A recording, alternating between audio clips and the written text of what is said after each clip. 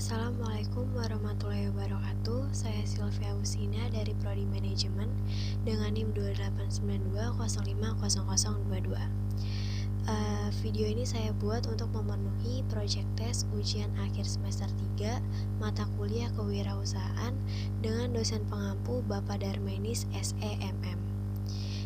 Video kali ini saya akan membahas tentang merintis usaha dan model perkembangannya. Yang pertama kita bahas yaitu cara memasuki dunia usaha. Ada 4 cara yang dapat dilakukan untuk memulai suatu usaha atau memasuki dunia usaha, yaitu yang pertama merintis usaha baru atau starting, yang kedua memasuki bisnis keluarga, yang ketiga kerjasama manajemen atau franchise, yang keempat membeli perusahaan orang lain. Selanjutnya yaitu membentuk dan mendirikan usaha baru atau starting. Membentuk dan mendirikan usaha baru dengan menggunakan modal, ide, organisasi, dan manajemen yang dirancang sendiri.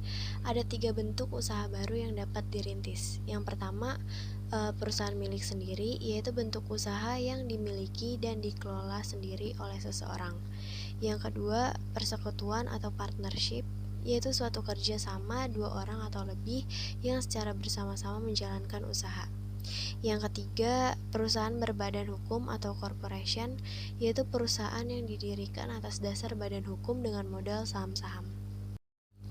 Ada 2 pendekatan utama yang digunakan para wirausaha untuk mencari peluang dengan mendirikan usaha baru, yaitu yang pertama pendekatan berdasarkan pengalaman, keterampilan, kemampuan, dan latar belakangnya dalam menentukan jenis usaha yang akan dirintis. Yang kedua, pendekatan berdasarkan kebutuhan pasar, yaitu pendekatan yang menekankan pada pengamatan lingkungan tentang kebutuhan pasar ditransfer menjadi peluang-peluang bisnis. Selanjutnya, seorang wirausaha membutuhkan 4 kompetensi sebagai berikut. Yang pertama, kemampuan teknik, yaitu kemampuan tentang bagaimana memproduksi barang dan jasa serta cara menyajikannya. Yang kedua, kemampuan pemasaran, yaitu kemampuan tentang bagaimana menentukan pasar dan pelanggan serta harga yang tepat. Ketiga, kemampuan finansial, yaitu kemampuan tentang bagaimana memperoleh sumber-sumber dana dan cara menggunakannya. Yang keempat, kemampuan hubungan, yaitu kemampuan tentang bagaimana cara mencari, memelihara, dan mengembangkan relasi, dan kemampuan komunikasi serta negosiasi. Sebelum merintis atau memulai usaha baru, ada beberapa hal yang harus diperhatikan. Yang pertama, bidang dan jenis usaha yang akan dimasuki. Kedua, bentuk usaha dan bentuk kepemilikan yang akan dipilih. Ketiga, tempat usaha yang akan dipilih. Keempat, organisasi usaha yang akan digunakan. 5, jaminan usaha yang mungkin diperoleh. 6, lingkungan usaha yang akan berpengaruh. Selanjutnya, membeli perusahaan orang lain, yaitu dengan membeli perusahaan yang telah didirikan atau dirintis dan diorganisir oleh orang lain dengan nama dan organisasi usaha yang sudah ada. Hal ini dilakukan karena memiliki beberapa keuntungan, diantaranya resiko lebih sedikit, lebih mudah karena perusahaan sudah berjalan sehingga ada jalinan dengan pelanggan dan pemasok, dan terakhir memiliki peluang untuk membeli dengan harga yang bisa ditawar.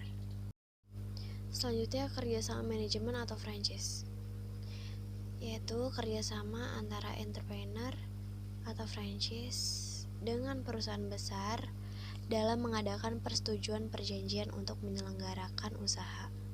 Bentuk usaha franchise adalah duplikasi dari perusahaan franchisor.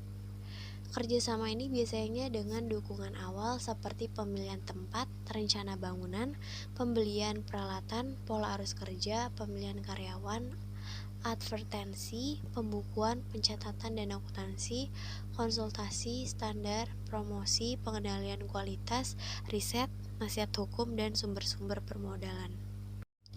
Untuk kelebihan dan kekurangan franchise ini sendiri, yang pertama kelebihannya bisa menjadi pelatihan formal, bantuan manajemen keuangan, metode pemasaran yang telah terbukti, bantuan manajemen operasionalnya, jangka waktu permulaan bisnis yang lebih cepat, dan tingkat kegagalan keseluruhan lebih rendah.